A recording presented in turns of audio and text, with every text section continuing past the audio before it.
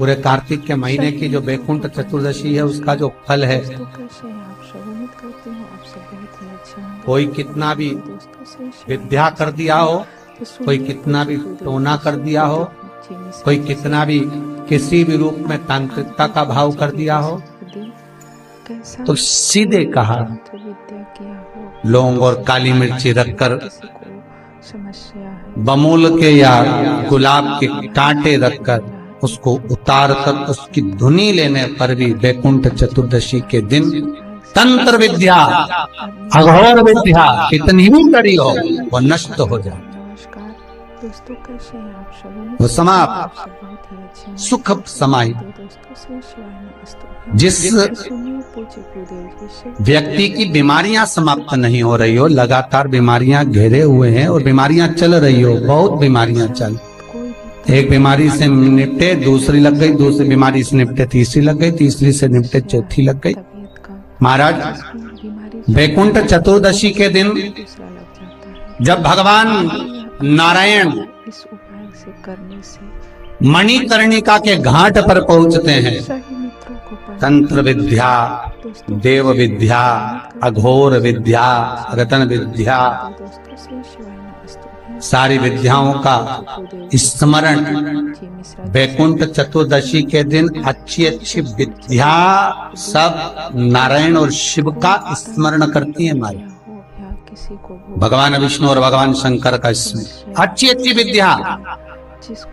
तो शास्त्र कहता है जिसको बहुत रोग हो, एक रोग मिटा दूसरा चालू, दूसरा रोग मिटा तीसरा चालू, तीसरा रोग मिटा चौथा चालू, चौथा रोग मिटा पांचवा चालू, बहुत रोग से ग्रस्त है, कुछ ना करिए, एक काम करिए, 7 काली मिर्ची लो, 5 लौंग लो और 5 बमूल के कांटे, बमूल के वृक्ष के जो कांटे होते हैं, अगर बमूल के वृक्ष के कांटे ना मिले तो गुलाब के कांटे ले लो, कांटे लेकर उसको एक लाल पोटली में, एक लाल कपड़े में, छोटे से टुकड़े में उसको बांधकर, जो व्यक्ति बीमार है उसके ऊपर से हरि और हर का, भगवान शंकर का मूल मंत्र का स्मरण कर।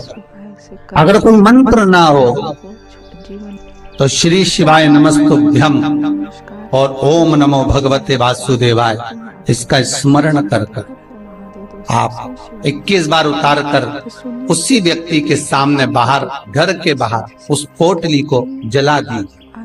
उसकी धुआं उस जीव को लगने जो निरंतर बीमार पड़ रहा है, धीरे धीरे बीमारियां धीरे धीरे छूटने लगी। 14 दीप, क्योंकि बैकुंठ चतुर्दशी के दिन, हरि हर मिलन के दिन सुबह और शाम को जो दीप दान करा उसका प्रमाण भले ना है, परंतु रात्रि को जो दीप दान का प्रमाण है वो जीवन का सुख देना। बैकुंठ चतुर्दशी का ये उपाय अवश्य करें।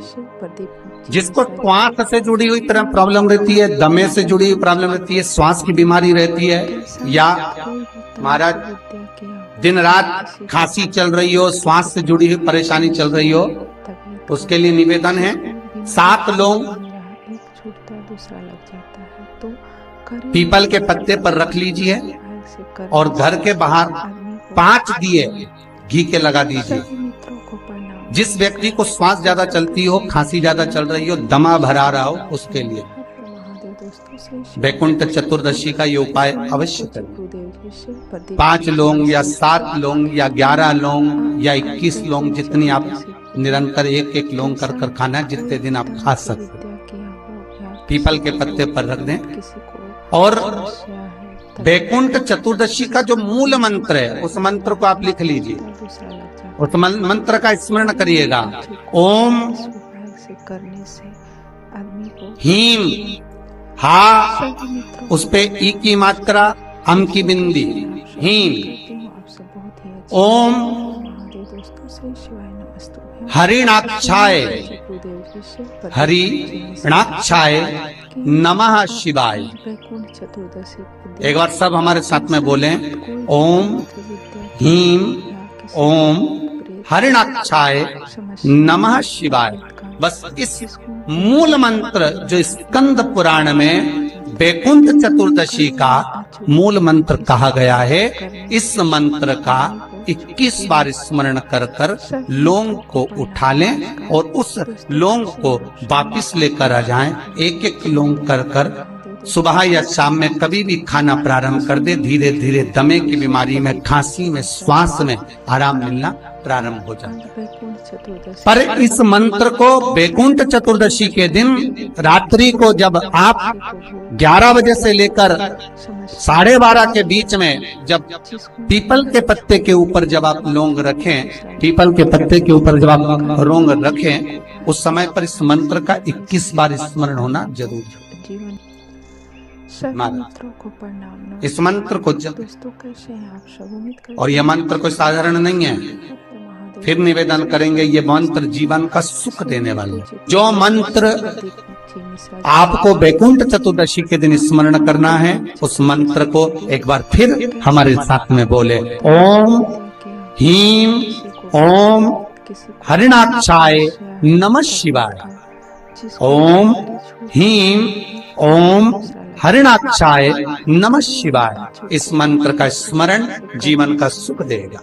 जिनको ज्यादा रोग हो, बीमारी हो, तकलीफ हो, कोई व्यक्ति वेंटिलेटर पर पड़ा हुआ है, ऑक्सीजन लग रही है, उसके लिए भी 1 लोटा पानी, उसमें दूध मिलाकर 5 बेलपत्र रखकर आप वैकुंठ चतुर्दशी के दिन उसके नाम का पानी आप हरि और हर को समर्पित कर सकते हैं। अगर मंदिर बंद मिले तो पीपल के पेड़ के नीचे आप चढ़ा सकते हैं। उससे 3 या 4 दिन में आराम लगना प्रारंभ हो जाएगा। पर मंत्र का स्मरण यही करें, ओम ह्रीं ओम हरिणाक्षाय नमः शिवाय। इस मंत्र को जपें, जो स्कंद पुराण का मूल मंत्र कहा गया, उसका स्मरण करेंगे रोग बीमारी आदि को मिटाने के लिए। मैं उनके लिए भी कहूंगा जिनकी नौकरी नहीं लग रही, सर्विस नहीं लग रही, बहुत तकलीफ में, बहुत कष्ट और खूब हाथ पैर पटक रही है, कहीं नौकरी लगी नहीं रही है, लॉकडाउन हुआ जब से तो घर में ही बैठे हो महाराज, उनके लिए भी है। महाराज एक कमलगट्टा हाथ में रखिए, किसी जलाशय के पास में, अगर जलाशय दूर हो, नदी, तालाब, बावड़ी, कुआं ये सब दूर हो, तो घर में ही एक तांबे के कलश में पानी भर लीजिए और कलश के पास में एक कमलगट्टा जो हाथ में रखा है उसको जल पात्र के पास में रखकर 7 दिए घी के लगाएं, 1 दिया चौमुखी सरसों के तेल का लगाएं। महाराज उसको रख लें और कमलगट्टा पास में रखकर जो मंत्र अभी आपको बताया, ओम ह्रीं ओम हरिणाक्षाय नमः शिवाय, इस मंत्र का जप करें 1 माला और अपनी कामना कर कर वो कमलगट्टा अपने साथ में रख लें। जब किसी एग्जाम को देने के लिए जाएं, जब किसी इंटरव्यू को देने के लिए जाएं, वो कमलगट्टा आपके साथ लेकर जाएं। आपको